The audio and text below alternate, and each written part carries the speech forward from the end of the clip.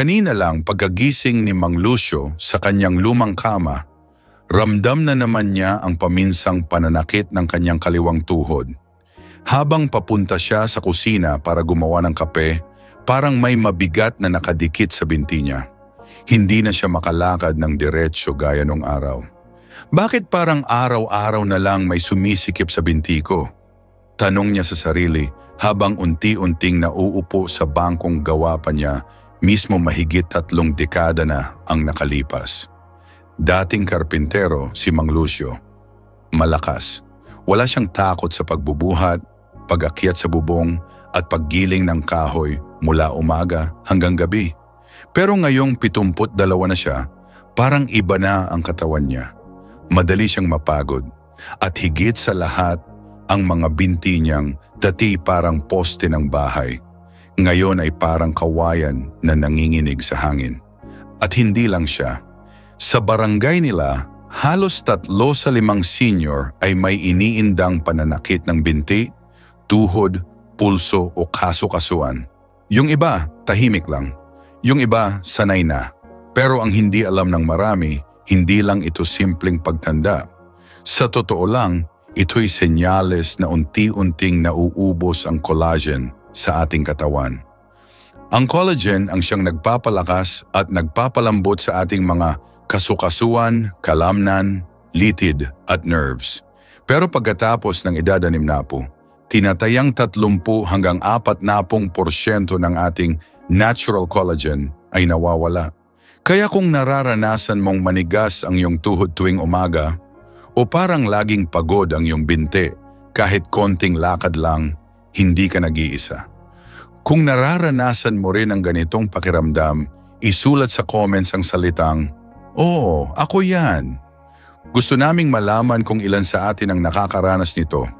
At baka ang sagot ay matagal na palang nasa harap natin sa loob ng ating kusina. Sa video na ito, pag-uusapan natin ang 7 gulay na natural na mayaman sa collagen at may isa pang bonus na hindi mo aakalain pero baka mas epektibo pa sa supplement. Lahat ng ito ay batay sa agham at sinubok na ng maraming senior. May ilang gulay na simpleng inaapakan lang natin sa palengke, pero sila pala ang susi para makalakad tayong muli ng magaan para hindi na manigas ang kamay mo habang hawak ang kutsara at para maramdaman mong muling may lakas ang iyong katawan. Pero bago tayo magsimula, tandaan, ang bawat katawan ay iba-iba. Kung ikaw ay may iniindang sakit tulad ng kidney problem, acid reflux o may maintenance na gamot, ugaliing kumonsulta muna sa inyong doktor bago subukan ang mga nabanggit. Ngayon, handa ka na ba? Simulan na natin sa unang gulay at oo, malamang nasa kusina mo na ito. Unang gulay, red bell pepper. Akala ng karamihan, pangkulay at pampasarap lang ang red bell pepper sa mga ulam.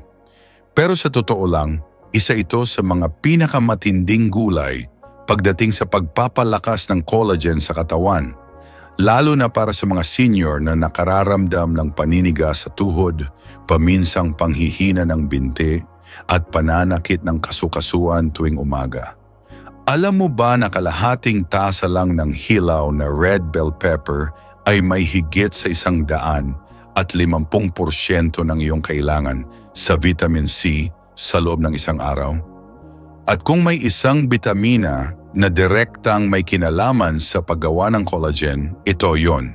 Ang vitamin C ang nagpapagana sa enzymes na bumubuo ng collagen fibers, yung mga hibla na nagbibigay ng lakas, lambot at elastisidad sa iyong mga kasukasuan at kalamnan. Kapag kulang ka sa vitamin C, parang napuputol ang komunikasyon sa pagitan ng protina at enzymes. At kahit gaano karami pa ang proteinang kinakain mo, hindi ito magiging collagen. Kaya para sa mga senior na may edad 60 pataas, mahalaga ang red bell pepper dahil ayon sa mga pag-aaral, sa edad na ito ay halos 30% hanggang 40% na ang nabawas sa natural mong collagen. Kaya kung ramdam mo na parang mas mahina ang hakbang mo o mas mabilis kang mapagod kahit konting lakad lang, baka ito na ang dahilan. Ang red bell pepper ay may taglay ding capsaicin, isang natural na antioxidant na tumutulong pababain ang pamamaga sa katawan. Sa madaling salita, habang binubuo mo ang bagong collagen sa katawan, pinoprotektahan naman nito ang lumang collagen mula sa pagkasira. Isang pag-aaral sa Journal of Clinical Nutrition ang nagsabi na ang mga matatandang may mataas na vitamin C intake ay may mas malakas na kapit ng kamay, mas mabilis maglakad at mas mababa ang level ng pamamaga sa dugo. Bukod sa collagen, nagbibigay din ang gulay na ito ng beta-carotene, isang uri ng vitamin A na tumutulong sa balat, immune system at cell regeneration. Kaya kung mapapansin mong mas mabilis kang dapuan ng sipon o mas matagal maghilom ang sugat mo kaysa dati, maaaring senyales ito ng kakulangan sa nutrients gaya ng taglay ng red bell pepper. Paano ito kainin ng tama? Pinakamabisa ito kung hilaw o bahagyang niluto lang. Kapag sobrang luto, bumababa ang laman nitong vitamin C.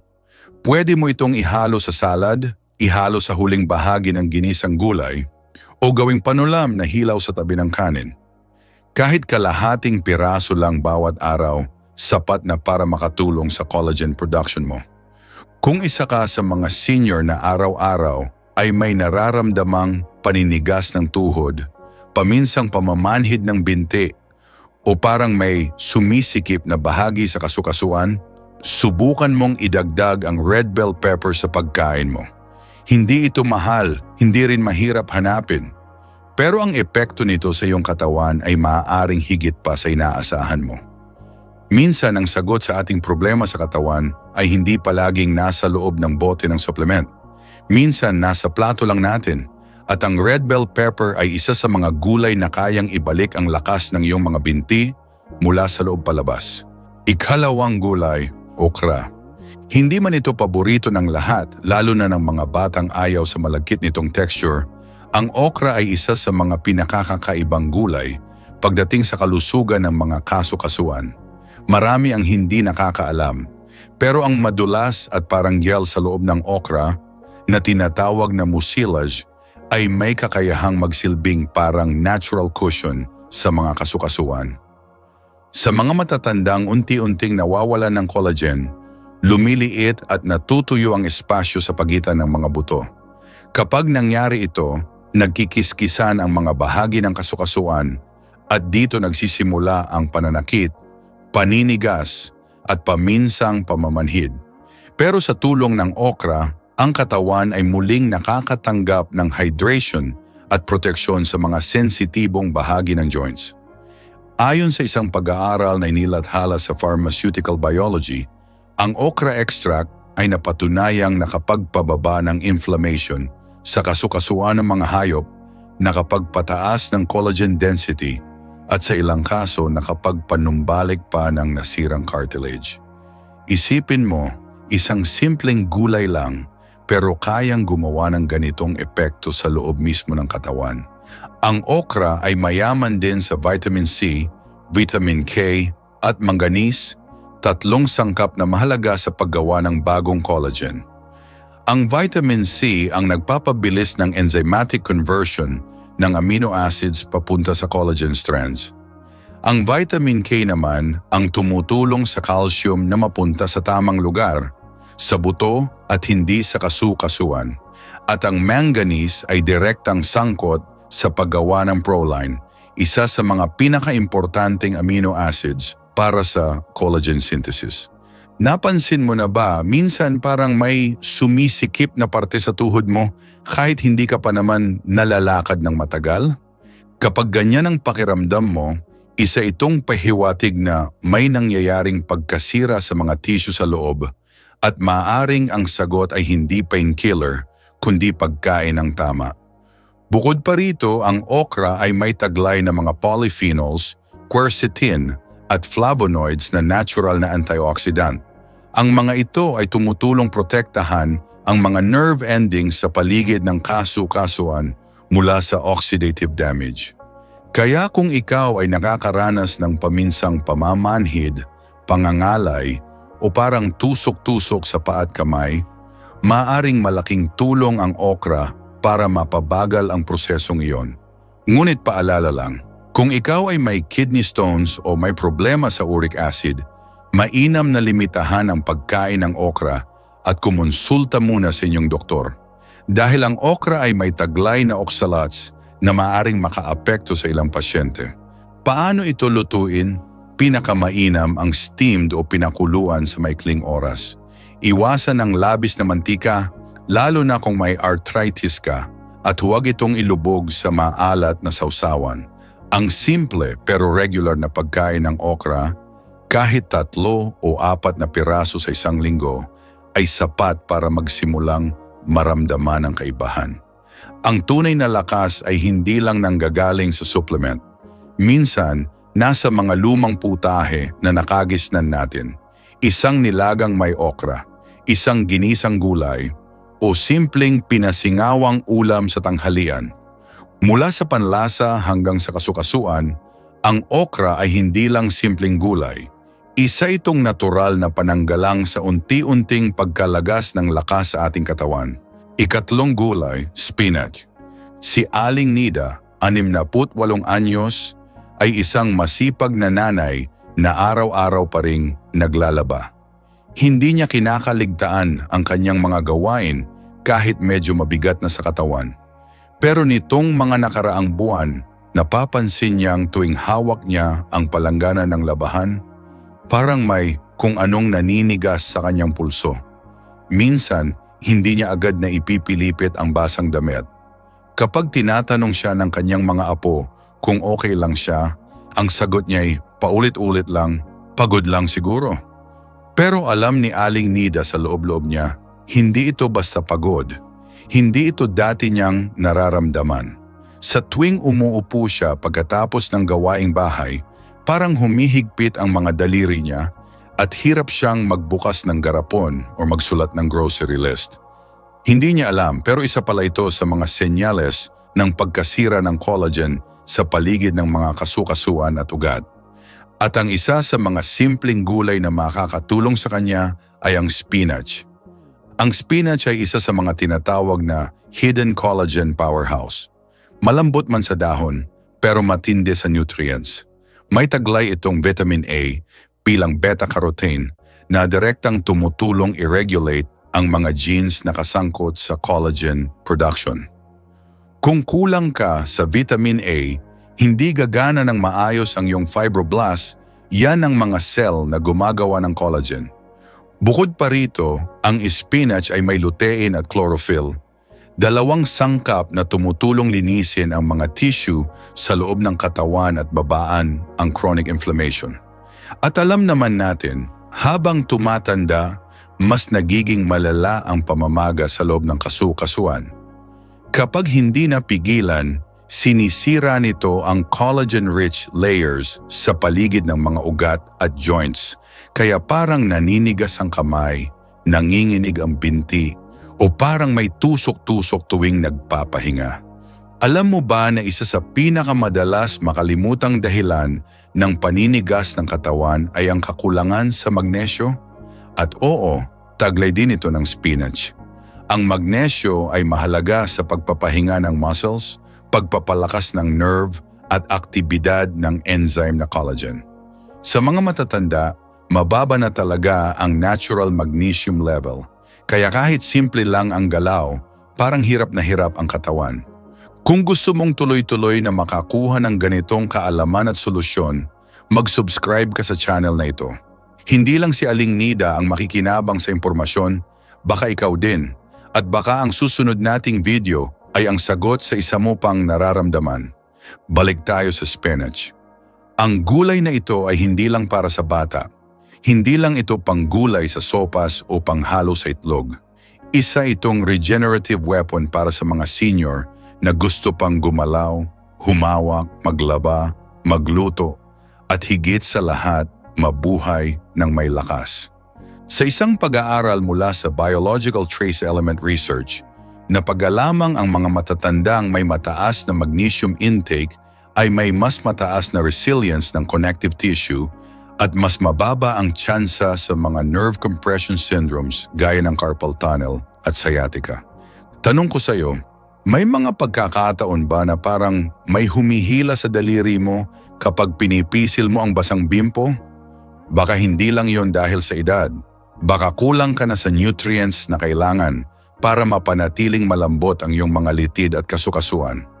Sa susunod mong pamamalengke, huwag mong balewalain ang dahong kulay berde.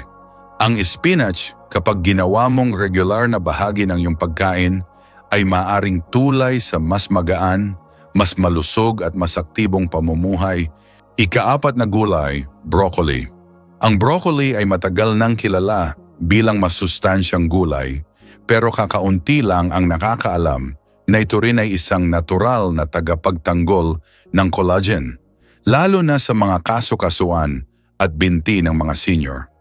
Sa tuwing tinatanong ang mga matatanda kung anong gulay ang madalas nilang kainin, bihira ang sumasagot ng broccoli.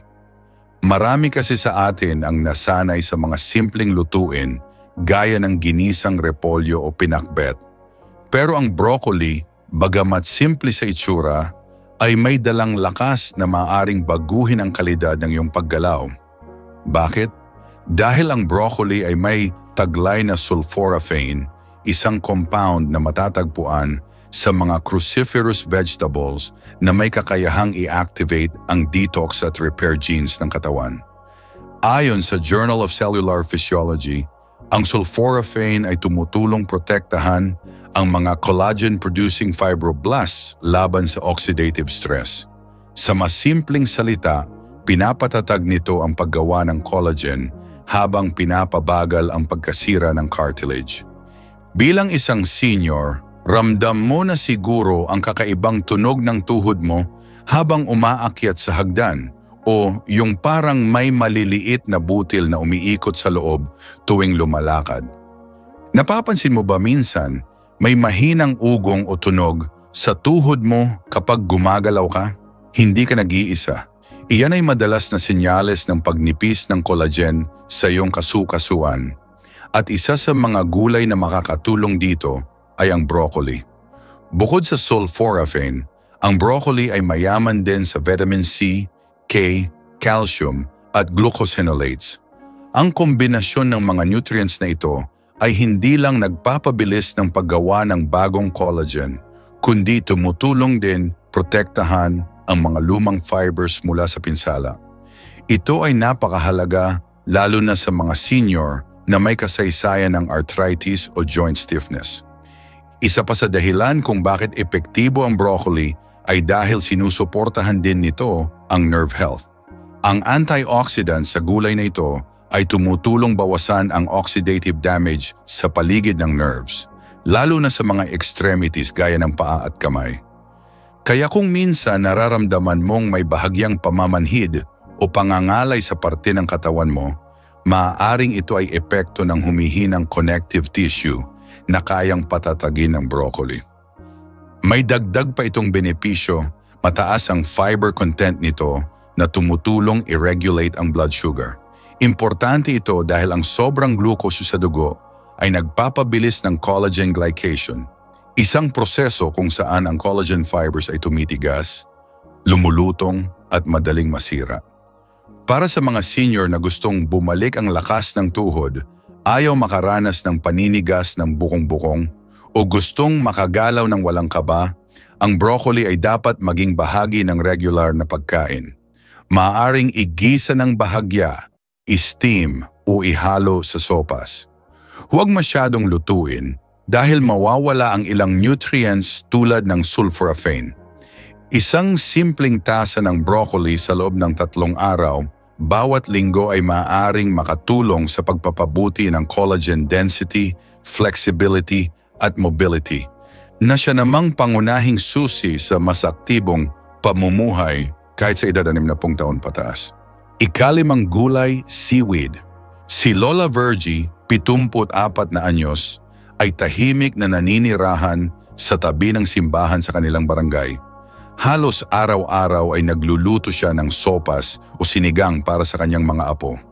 Pero may isa siyang paboritong ulam tuwing Biyernes, miso soup na may seaweed. Noong una, iniisip lang niya na pampalasa lang ito o dagdag sa sabaw. Pero nitong mga huling buwan, napansin niya ang isang kakaibang epekto. Dati tuwing umaga, hirap siyang tumayo mula sa kama. Parang mabigat ang kanyang mga binti at halos hindi niya maigalaw ng mabilis ang kanyang mga paa. Minsan, nangihina pa ang tuhod niya habang naglalakad sa palengke. Pero mula ng halos lingguhang bahagi na ng kanyang pagkain ng seaweed, mas mabilis na ang kilos niya at mas bihira ang paniniga sa umaga. Hindi niya alam pero ang gulay dagat na ito ay isa palang natural collagen booster.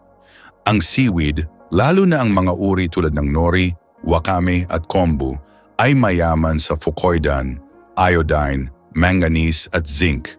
Mga sangkap na tumutulong pasiglahin ang paggawa ng collagen at palakasin ang tendons, kasukasuan at mga litid.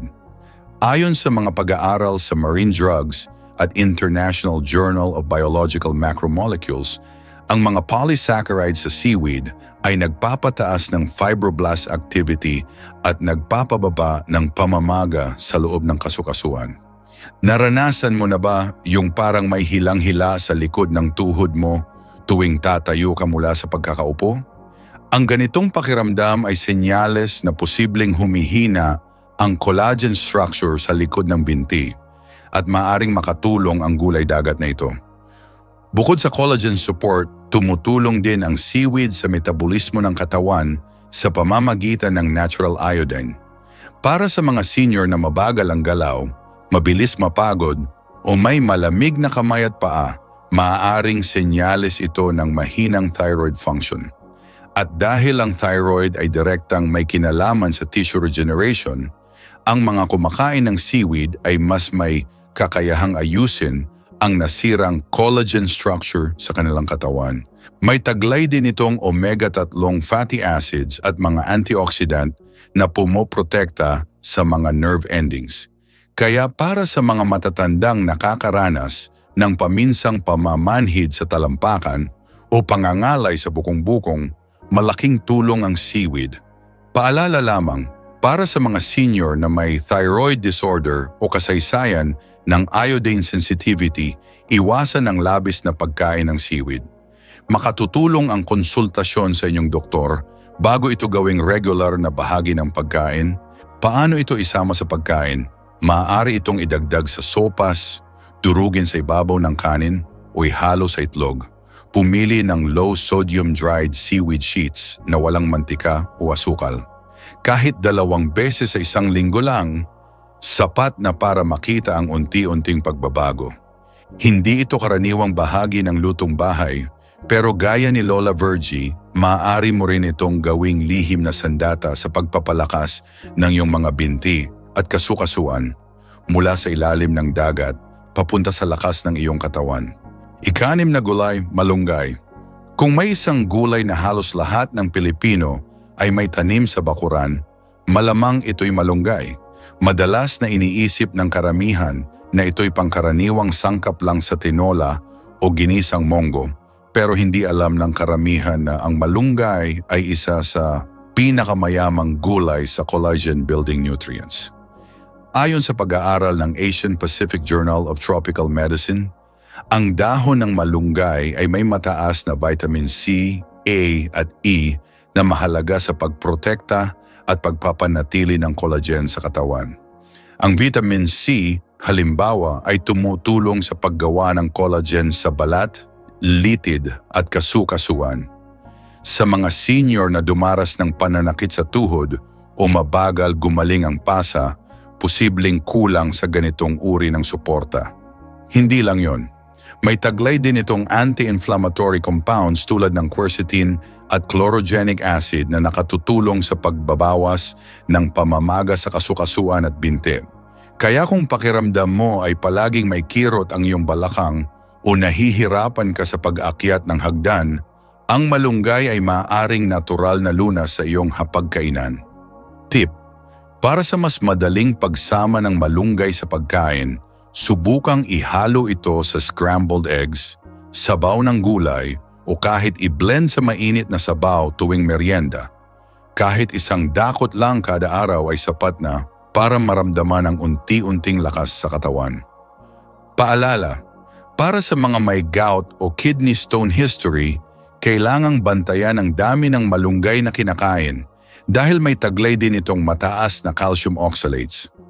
Ugaliing uminom ng maraming tubig at kumonsulta sa inyong doktor kung may kasalukuyang kondisyon.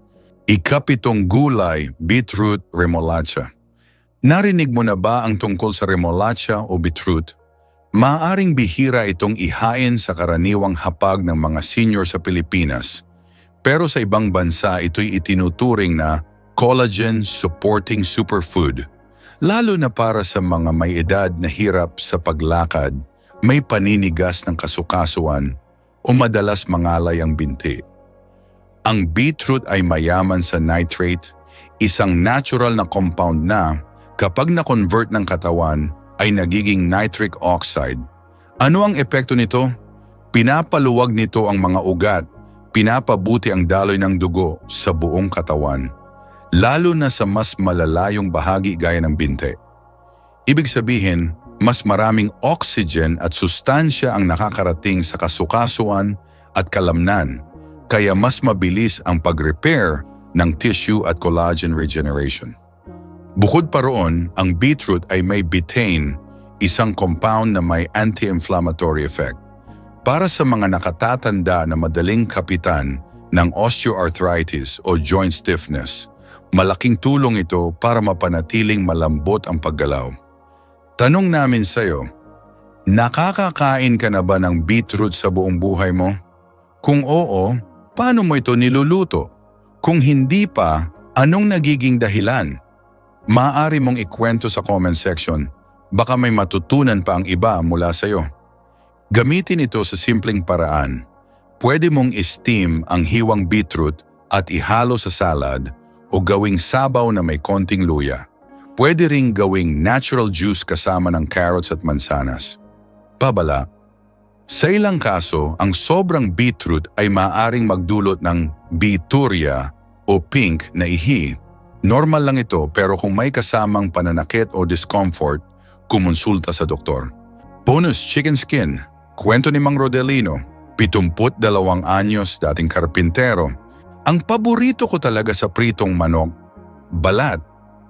Yung malutong, medyo maalat, tapos sinasawsaw ko pa sa suka. Parang kulang ang kain pag wala nun. Iyan ang sabi ni Mang Rodelino habang tinutulungan siyang hilutin ang kanyang kanang tuhod na ilang linggo nang namamaga. Sabi ng doktor, hindi raw masyadong maganda ang kinakain ko. Pero, balat lang naman yon, hindi ba? Marami sa atin ang kagaya ni Mang Rodelino, nagpapaligaya sa simpleng pagkain ng chicken skin.